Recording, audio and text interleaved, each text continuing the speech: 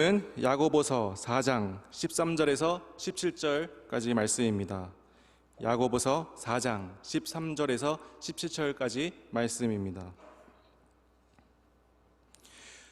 교독하시고 마지막 절은 합독하도록 하겠습니다. 들으라, 너희 중에 말하기를 오늘이나 내일이나 우리가 어떤 도시에 가서 거기서 1년을 머물며 장사하여 이익을 보리라 하는 자들아,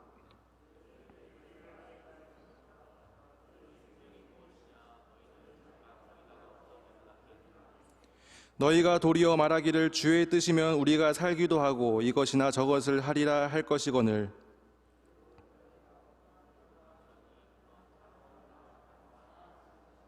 다 같이 읽겠습니다. 그러므로 사람이 선을 행할 줄 알고도 행하지 아니하면 죄니라. 아멘. 오늘 이 시간 안개와 같은 인생이라는 제목으로 말씀을 전하도록 하겠습니다. 저희가 읽고 있는 이 성경 66권은 419년 카르타고 공의회, 카르타고 회의에서 결정된 것입니다. 그런데 이 마지막에 끝까지 논란이 되었던 두 가지 성경이 있습니다. 첫 번째는 에스더서이고 두 번째는 오늘 우리가 읽은 야고보서입니다. 에스더서는 내용은 굉장히 은혜로운데 그 본문 안에 하나님이라는 단어가 없는 거예요. 그래서 끝까지 논란이 되었습니다. 그런데 이 내용이 너무나 은혜스럽고 또 하나님의 은혜를 통한 유대인들의, 이스라엘 백성들의 구원의 내용이었기 때문에 정경에 포함되었습니다. 오늘 우리가 읽은 이 야고보서도 마지막까지 이 정경에 논란이 되었던 성경입니다. 그 이유는 첫 번째로 이 야고보서에는 예수 그리스도의 십자가 사건, 예수님의 그 복음에 대한 내용이 없다는 거예요. 그리고 두 번째 논란이 되었던 이유는 바로 이 교리적인 측면이었기 때문입니다. 지나친 실천과 행함을 강조하는 이 교리적인 내용 때문에 정경의 마지막까지 논란이 되었습니다. 그런데 우리가 혼동해서는 안 될 것은 이 야고보서에서 말하는 행함과 그다음에 행위 구원은 우리가 구별해야 합니다. 행위 구원은 나의 어떤 공로, 나의 어떤 행위, 나의 어떤 행동으로 구원받는다는 것입니다. 이 성경은 이 행위 구원에 대해서 철저하게 거부하고 있습니다. 대신 이 야고보서에서 말하는 이 행함은 바로 순종입니다. 하나님의 말씀에 대한 순종. 그래서 이 야고보서를 굉장히 싫어했던 그 유명한 신학자가 있습니다. 바로 마틴 루터입니다. 이 종교개혁자, 이 마틴 루터는 이 5가지죠. 오직 믿음, 오직 은혜, 오직 성경, 오직 그리스도, 오직 하나님께 영광이라는 이 주제를 가지고 정말 이 구원은 믿음으로 우리가 얻을 수 있다. 구원은 하나님의 은혜다 라면서 믿음으로 통해서 의롭다함을 받는 이신칭의를 강조한 이 종교개혁자입니다. 그런데 이 야고보서는 조금 다른 방향으로 이야기를 합니다. 이 야고보서의 대표성을 띠는 가장 핵심 구절인 야고보서 2장 24절을 우리 한번 다 같이 읽어보도록 하겠습니다. 다 같이 읽겠습니다. 이로 보건대 사람이 행함으로 의롭다 하심을 받고 믿음으로만은 아니니라. 사람이 행함으로 의롭다함을 받는다, 믿음으로만은 아니다. 그러니까 이 말씀 자체가 좀 이렇게 루터가 주장했던 이신칭의와 오직 믿음과 조금 이렇게 다른 내용이죠. 그런데 우리가 이 성경을 보는 중요한 관점 중에 하나는 이 성경은 조직신학책이 아니라는 것입니다. 이 성경은 다양한 환경과 다양한 상황에 처해진 하나님의 자녀들에게 위로와 권면을 주는 책이라는 것입니다. 예를 들면 우리에게 2명의 자녀가 있다고 이렇게 예를 들어 볼게요. 첫째는 굉장히 공부를 잘하고 열심히 하는 아들입니다. 그리고 둘째는 공부를 하나도 안 하고 맨날 놀기만 하는 아들이에요. 그러면 이 부모가 뭐라고 얘기를 하겠습니까? 첫째에게는 괜찮아, 너 지금 충분히 잘하고 있어, 좋은 대학교에 갈 수 있어, 시험시험 해, 이렇게 얘기를 하겠죠. 똑같은 아들인데 공부를 하지 않는 아들에게는 부모가 어떻게 얘기를 하겠습니까? 야, 너 그러다가 대학교 못 가. 사람이 노력을 해야지. 공부 좀 해. 잠을 줄이고 공부하란 말이야. 이렇게 얘기할 거예요. 그렇죠? 성경은 이와 마찬가지로 이 두 입장을 모두 다 이야기하고 있다는 것입니다. 이 사도 바울은 정말 이 목숨을 걸어가면서 정말 고난과 환난 가운데 신앙생활을 하고 있는 동역자에게, 이 이스라엘 공동체에게 이와 같이 위로의 말씀을 전합니다. 로마서 8장 39절을 제가 한번 읽어보겠습니다. 높음이나 깊음이나 다른 어떤 피조물이라도 우리를 우리 주 그리스도 예수 안에 있는 하나님의 사랑에서 끊을 수 없으리라. 정말 이 환난 가운데 목숨을 지켜가면서 좀 어렵게 신앙생활을 하고 있는 이 동역자들에게, 이 이스라엘 공동체들에게는 어떤 피조물도 하나님의 사랑에서 끊을 수 없다. 너희들은 구원받을 수 있어. 라고 이 성도의 견인에 대해서 이야기를 합니다. 반면에 하나님의 말씀에 순종하지 않는 하나님의 백성들에게는 예수님께서 이렇게 권면을 하십니다. 마태복음 7장 21절을 우리 다 같이 한번 읽어보겠습니다. 시작. 나더러 주여 주여 하는 자마다 천국에 들어갈 것이 아니요 다만 하늘에 계신 내 아버지의 뜻대로 행하는 자라야 들어가리라. 하나님의 말씀에 순종하지 않는 하나님의 백성들에게는 주여 주여 하는 자마다 천국에 들어갈 것이 아니라 다만 하늘에 계신 아버지의 뜻대로 행하는 자가 구원을 받을 수 있다라고 권면의 메시지를 전합니다.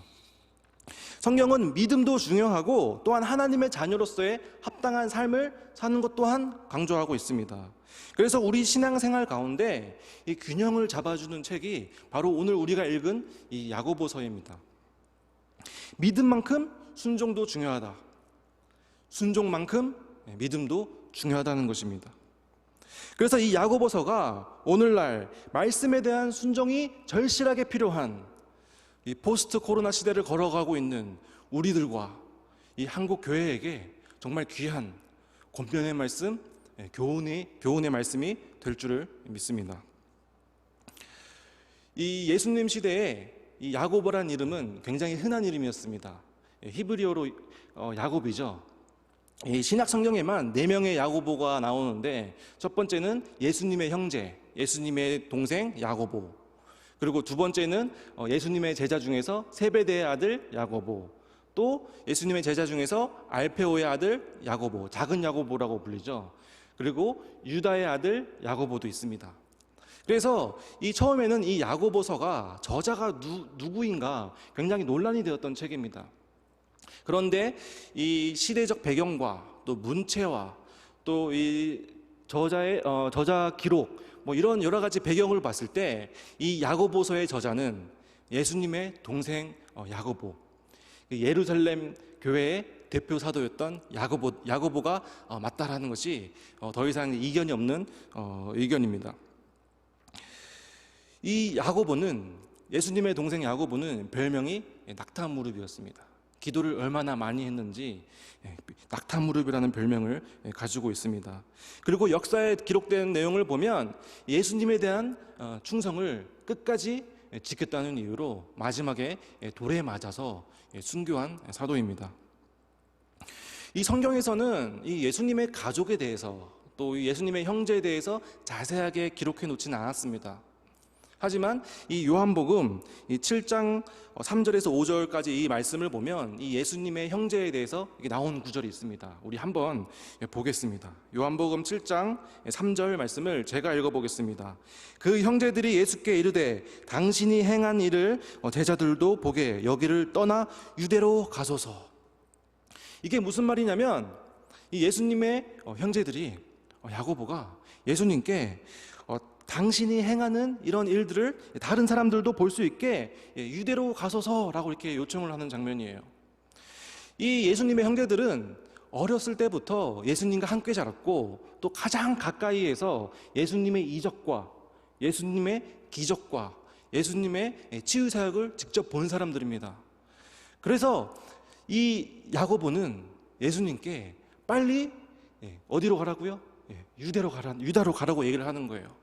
형님, 성공하셔야죠. 더 크게 성공하셔야죠. 사람은 말은 제주도로 보내고 사람은 서울로 보낸 다음에 유다로 가셔서 유명해지셔야죠. 이렇게 얘기를 하고 있는 거예요. 4절을 보겠습니다. 4절을 제가 읽어보겠습니다. 스스로 나타나기를 구하면서 묻혀서 일하는 사람이 없나니 이 일을 행하려 하거든 자신을 세상에 나타내소서 하니. 마찬가지로 예수님의 형제들, 이 야고보가 예수님께 자신을 세상에 나타내소서라고 얘기하는 거예요. 이 갈릴리는 너무 시골입니다. 너무 좁습니다. 유대로 가세요. 큰 물에서 노셔야죠. 빨리 세상에 나타냈으면 좋겠습니다.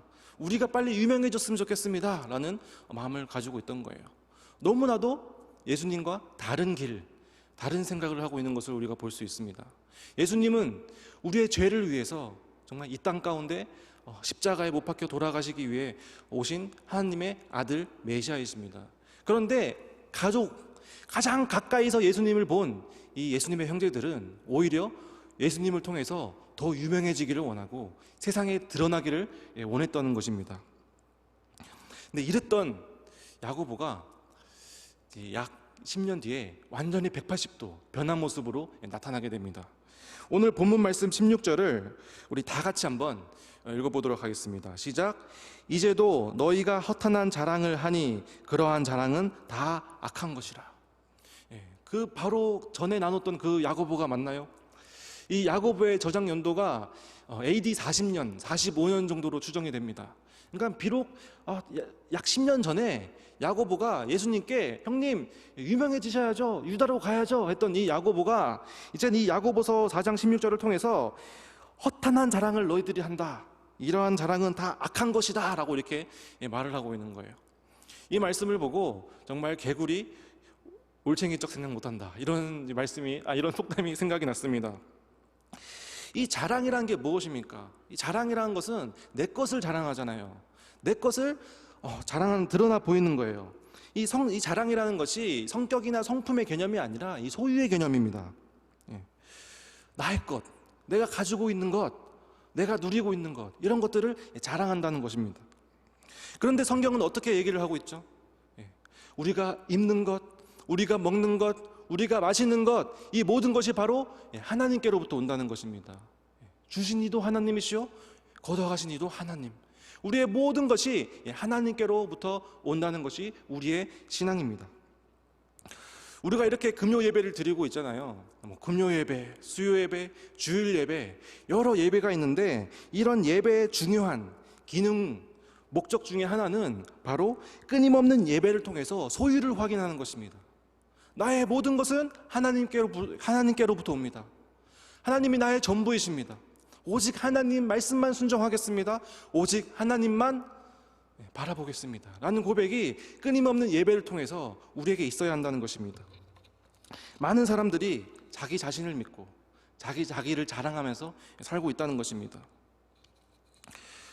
이 서양의 이 중심 사상이 바로 이 헬레니즘 문화입니다. 헬레니즘 문화. 이 헬레니즘 문화는 개인적인 것, 이성, 논리, 체계 이런 것들을 강조합니다.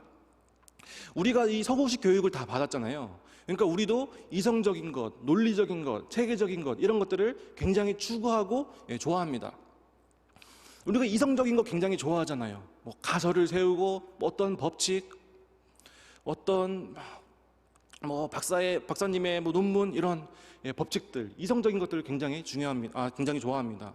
또 우리 논리적인 것도 굉장히 좋아하잖아요. 막 이상한 사람이 엉뚱한 말을 해도 말을 들어보고 논리가 맞으면 그럴 수도 있겠다라고 우리가 생각을 하죠. 또 우리가 체계적인 것도 우리가 굉장히 좋아합니다. 체계적인 공부법 이런 게 있다 그러면 사람들이 막 열광을 하고, 체계적인 회사에서도 체계적인 일처리, 체계적인 기한서 이런 거 있으면 박수를 쳐줍니다. 우리가 이 헬레니즘 문화, 이성, 논리, 체계적인 것 이런 것들을 추구하고 살아가고 있다는 것입니다. 그런데 이 헬레니즘 문화의 극단, 이 총화가 예를 들어서 알파고가 있습니다.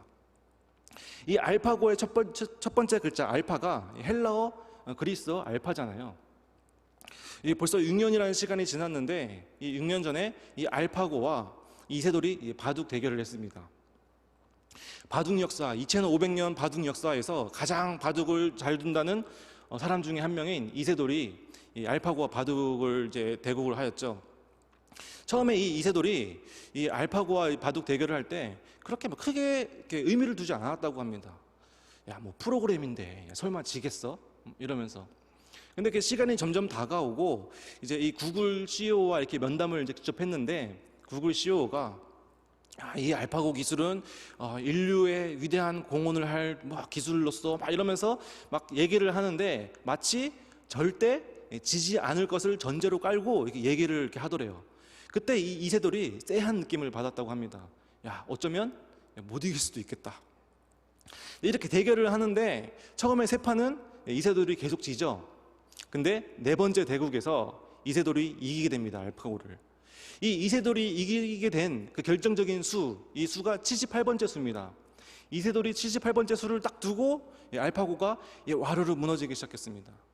근데 이 78번째 수를 이 사람들이 야, 신의 한 수다, 오묘한 수다라고 이렇게 얘기를 하는데 이제 6년이라는 시간이 지났으니까 이제 모든 것이 이제 연구가 됐잖아요. 이 이세돌이 둔 78번째 수는 두면 안 되는 수였습니다. 전혀 예측할 수 없었던 수였습니다.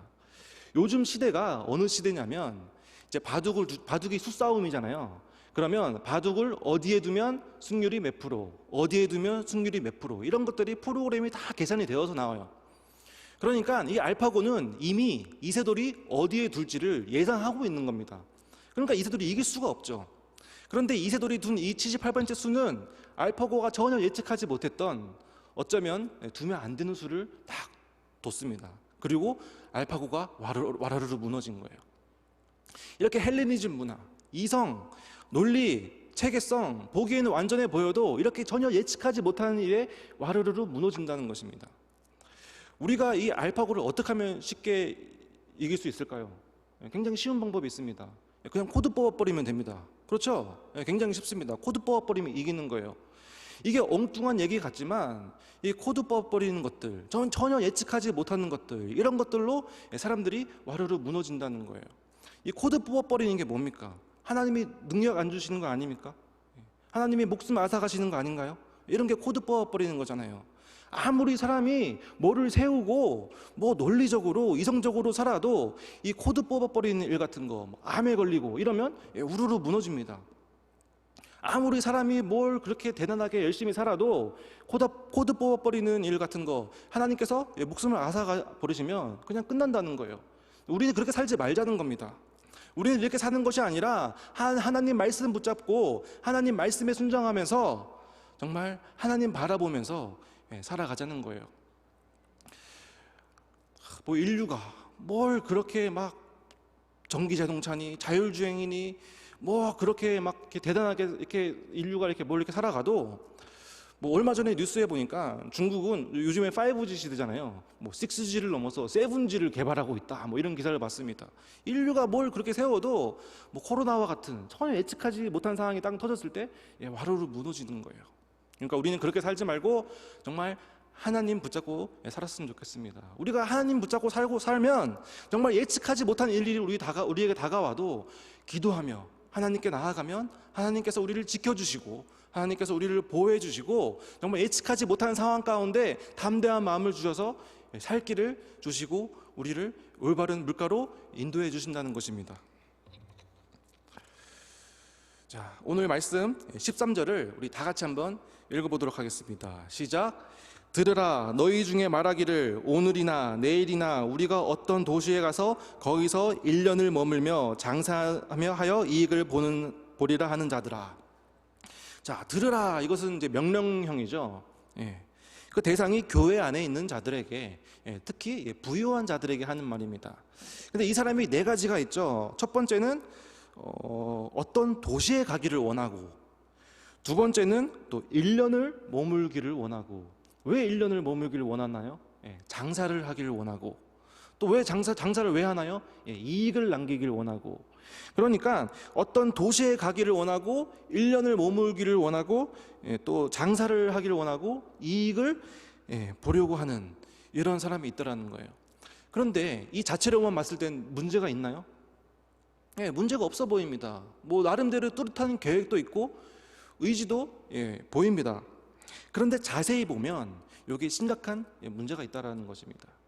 우리가 굉장히 잘 아는 익숙한 구절, 마태복음 6장 33절은 그런즉 먼저 그의 나라와 그의 의를 구하라. 그리하면 이 모든 것을 너희에게 더하시리라 라고 이렇게 말씀을 하십니다. 이 말씀처럼 하나님의 계획과 하나님의 주권과 하나님의 뜻이 이 사람에게 빠졌다라는 것입니다. 이것이 빠졌다는 말은 전부 다 빠졌다는 말과 같은 말입니다. 이 당시에 이 한 도시에서 한 도시까지 이동하는 것은 정말 목숨을 걸 만큼 굉장히 위험한 일이었습니다. 지금과 같이 안정적인 치안이 있는 시대도 아니고 또 아스팔트가 깔려 있고 이동 수단이 있었던 시대가 아니었습니다. 도적대들이 들끓고 또 이 사도 바울이 로마로 후송되는 과정을 보면 또 배가 막 난파되잖아요. 이런 일들이 비일비재했단 말이에요. 그러니까 한 도시에서 다른 도시로 간다는 것은 목숨을 거는 그런 삶이었습니다. 그런데 이 자기 인생에 결단을 걸어야 가능한 것이었습니다. 그런데 이 정도의 인생의 문제를 의지로 갖고 있는 사람이 정작 하나님의 뜻과 하나님의 계획은 빠져 있다는 것입니다. 어떤 장사를 하느냐가 중요한 것이 아니라 어떤 태도로 하나님께 나가느냐가 중요하다는 것입니다. 하나님이 없는 시간, 하나님이 없는 재물, 하나님이 없는 이익, 하나님이 없는 풍요는 흉기가 되고 재앙이 된다는 것입니다. 다 헛되다는 것입니다. 여러분, 이 부자병이라는 단어를 들어본 적 계신가요? 부자병. 제가 지어낸 말이 아니고 이 단어가 이제 생긴 때가 있습니다. 2013년에 이 이선 카우츠라는 16세 소년이 있었습니다. 이 부자병이란 말은 이 풍요로운이라는 뜻의 affluent, 그다음에 독감이라는 뜻의 유행성 독감이라는 뜻의 인플루엔자, 이 두 개의 단어가 합쳐서 아플루엔자라는 부자병이라는 단어가 실제로 있었습니다.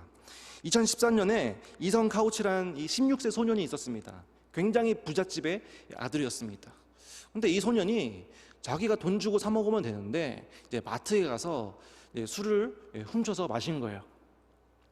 그리고 이제 만취 상태가 되었는데 이 만취 기준의 3배가 되는 정말 만취 상태가 돼서 집에 가서 아버지의 차를 끌고 질주를 했습니다. 그래서 이제 사람이 많이 모인 곳에서 사람을 치는 바람에 이 4가족의 가장이 그 자리에서 이제 목숨을 잃는 이 사건이 있었습니다. 그래서 이제 미국이 떠들썩했죠. 근데 이때 이 검사는 40년형을 구형했습니다. 그런데 이 부잣집 소년이다 보니까 굉장히 돈이 많다 보니까 유명한 변호사를 고용했을 거 아니에요. 근데 그 변호사가 이 재판에서 이렇게 얘기를 합니다. 이 카우치라는 소년은 삶이 너무 풍요로워서 감정을 조절할 수 없는 부자병을 앓고 있습니다. 선처해 주시길 바랍니다. 법원이 이 변호사의 말을 듣고 이 희생자들의 슬픔보다 부자병의 아픔을 더 크게 여기고 보호감호 10년 석방시켜줘 버렸습니다. 이 깨어진 내 가정의 슬픔은 도대체 뭘로 보상할 수 있습니까? 사람들이 분노했습니다. 자본주의의 승리다. 그런데 이 물질 만능주의 세상 가운데서 이제 이런 현상은 우리가 얼마든지 볼 수 있습니다. 하나님은 어떤 종류의 장사를 하느냐, 얼마나 풍요롭느냐, 이것을 정죄하신 적이 없습니다. 그 인생 가운데 하나님의 주권과 하나님의 계획과 하나님의 뜻이 빠져 있을 때 그것은 흉기가 될 수 있고 그 사람의 풍요는 더 이상 유익이 아니라 재앙이 된다는 것입니다. 우리 오늘 본문 말씀의 14절을 다 같이 보겠습니다. 우리 다 같이 읽어보겠습니다. 시작. 내일 일을 너희가 알지 못하는도다. 너희 생명이 무엇이냐? 너희는 잠깐 보이다 없어지는 안개니라. 너희는 내일을 알지 못한다. 완벽한 계획을 가지고 있고 의지를 가지고 있다고 할지라도 하나님이 주자가 되지 않았을 때 모든 것이 헛되고 안개와 같다는 것입니다. 이 안개라는 단어의 동의어가 연기입니다. 연기가 이렇게 피어오르고 재만 남잖아요. 우리 인생에 하나님이 빠지면 형태도 물질도 다 없어지고 이 재만 남는다는 것입니다. 제가 이 미아역 앞에서 이제 산 적이 있는데 집에 가기 위해서 이제 횡단보도 앞에서 기다리고 있었습니다. 그러다가 이제 이어폰을 땅에 떨어뜨린 거예요. 그래서 이제 이어폰을 줍기 위해서 고개를 숙였는데 그 순간 버스가 제 머리카락을 스치고 지나갔습니다. 깜짝 놀랐습니다. 정신 똑바로 차리고 살아야지. 이걸 보고 뭘 느꼈냐면 정말 사람 앞일 모르겠구나, 이런 생각을 했습니다. 우리가 아침에 집을 나가고 저녁에 집에 돌아오면 정말 이 하루를 한번 이렇게 리와인드 해볼 수 있는, 돌아볼 수 있는 그런 장치, 그런 게 있었으면 좋겠습니다. 아마 이럴 것 같아요. 아마 이게 가능하다면 진짜 세상에 큰일 날 뻔했구나, 우리가 알게 모르게 스쳐가는 위험이 얼마나 많습니까? 이제 포스코를 이렇게 지으신 포스코 전 박태준 회장님이 이제 집에서 이제 노모를 모시고 살았는데 이제 항상 출근을 할 때 이 노모에게, 어머님에게 저 갈게요 이렇게 인사를 했다고 합니다. 다녀오겠습니다 이런 인사를 하지 않았다고 합니다. 그냥 저 갈게요 라고 인사를 했대요. 모르니까 말을 안 한대요. 이게 이 사람의 철학이었습니다. 이 가는 것까지가 현실이라는 거예요. 이게 사람의 유한함의 한계입니다. 조금만 돌아보면 우리는 겸손하지 않을 수가 없습니다. 제가 한 해 한 해 나이가 들어가면서, 젊은 전도사가 이거 나이 얘기를 하니까 좀 그렇긴 한데, 한 해 한 해 나이가 들어가면서 제가 느낀 게 뭐냐면, 말을 함부로 할 수 없겠구나. 늘 상황이 고양이 눈알처럼 변하니까. 절대적인 사실이었는데 이면을 보니까 다른 얘기네. 이런 게 얼마나 많습니까? 단정적이고 극단적인 얘기는 하지 말아야겠다, 이런 생각이 듭니다. 왜? 내일을 모르니까. 하나님이 없는 풍요는 정말 안개와 같다는 것입니다. 이제 오늘 말씀을 마무리하면서 이 양과 염소의 비유를 좀 이렇게 여러분들과 나누려고 합니다. 양과 염소의 비유. 이제 이 예수님으로 비유되는 이 임금님이 있죠. 이제 마지막 날에 양과 염소가 같이 섞여서 이제 살고 있는데, 이제 이 예수님이 양과 염소를 구분하십니다. 그래서 염소는 왼편에, 양은 오른편에. 이 염소는 악인을 의미합니다. 그리고 오른편에 있는 양은 의인을 의미합니다. 그리고 이 양들에게, 의인에게 예수님께서 이렇게 말씀하십니다. 내가 줄일 때 너희가 나에게 먹을 것을 주었고, 내가 목마를 때 마시게 하였고, 내가 나그네 되었을 때 너희들이 나를 영접하였다. 양들에게 칭찬을 하는 거죠.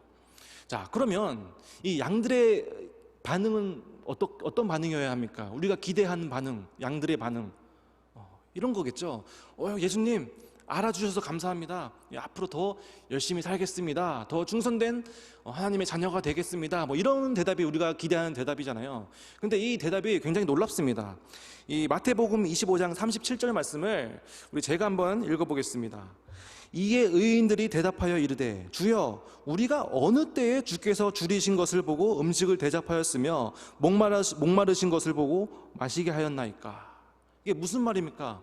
의인들이 제가 언제 예수님께 줄이신 것을 보고 음식을 대접하였고, 제가 언제 예수님이 목마르셨을 때 마시게 하셨습니까? 라고 오히려 굉장히 의연한 태도를 보이고 있습니다.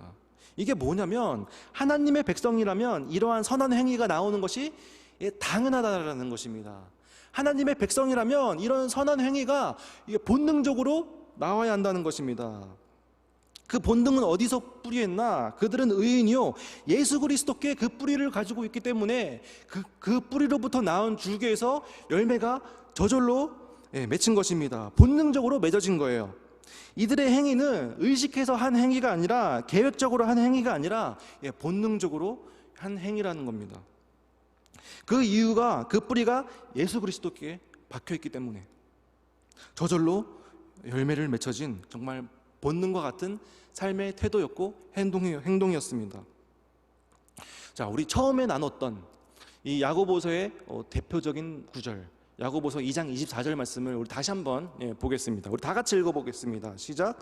이로 보건대 사람이 행함으로 의롭다 하심을 받고 믿음으로만은 아니니라. 야고보서가 이 행함을 강조하고 있는 것은 사실 거꾸로 된 것입니다. 너희들이 올바른 행함을 해야 너희들이 의로운 사람이 될 수 있어. 올바른 행함을 하지 못하면 너희들은 의롭다 함을 받을 수 없어가 아니라, 의로운 자라면 이 선한 행동이 본능적으로 당연하게 나와야 된다는 것이에요. 정말 하나님의 백성이라면, 하나님의 자녀라면 선한 행함이 당연히 본능적으로 나도 모르게 나와야 된다는 것입니다. 야고보가 이것을 얘기하고 있는 거예요. 우리 인생의 총체적인 것, 모든 것은 예수 그리스도로 말미암아야 합니다. 우리는 예수 그리스도만을 통해서만 우리는 구원을 받을 수 있습니다. 그리스도와 연결되지 않은 선함, 그리스도와 연결되지 않은 사랑, 그리스도와 연결되지 않은 구제는 다 헛것, 안개라는 거예요. 우리의 모든 총체적인 삶이 예수 그리스도와 연결고리를 가지고 있어야 정말 참되고 선한 인생이라는 것입니다. 야고보 사도가 오늘 말씀을 통해서 부 자체를 고발하려는 것이 아니라 이 부가 공고한 자들과 함께 공유되어지고 나눠지고 흘러가지 않는다면 그것은 선한 행함을 하는 자가 아니다, 의롭다 함을 받은 자가 아니라는 것을 야고보가 말하고 있다는 것입니다. 그래서 우리 평강교회가 어떤 의미에서 주변 이웃을 향한 대사회적인 약자에 대한 이 선함과 사랑과 구제가 뭘로 드러나야 할까요? 본능적으로 드러나야 한다는 것입니다. 바로 이 얘기를 하고 있는 것입니다. 이게 기독교인이라면, 건강한 교회에 속한 하나님의 자녀라면 이러한 하나님의 구제, 선함, 이런 것들이 본능적으로 나와야 된다는 거예요. 정말 이 포스트 코로나 시대를 걷고 있는 우리들의 정말 순례의 길에, 교회가 걸어가는 앞길에 이 그리스도의 품성을 닮은 정말 이 본능이, 선한 본능이 우리에게 넘치기를 축복합니다. 그리스도로 말미암아 열매 맺는 삶을 사는, 정말 하나님 앞에 충성된 삶을 사시는 여러분 되시기를 주님의 이름으로 축복합니다.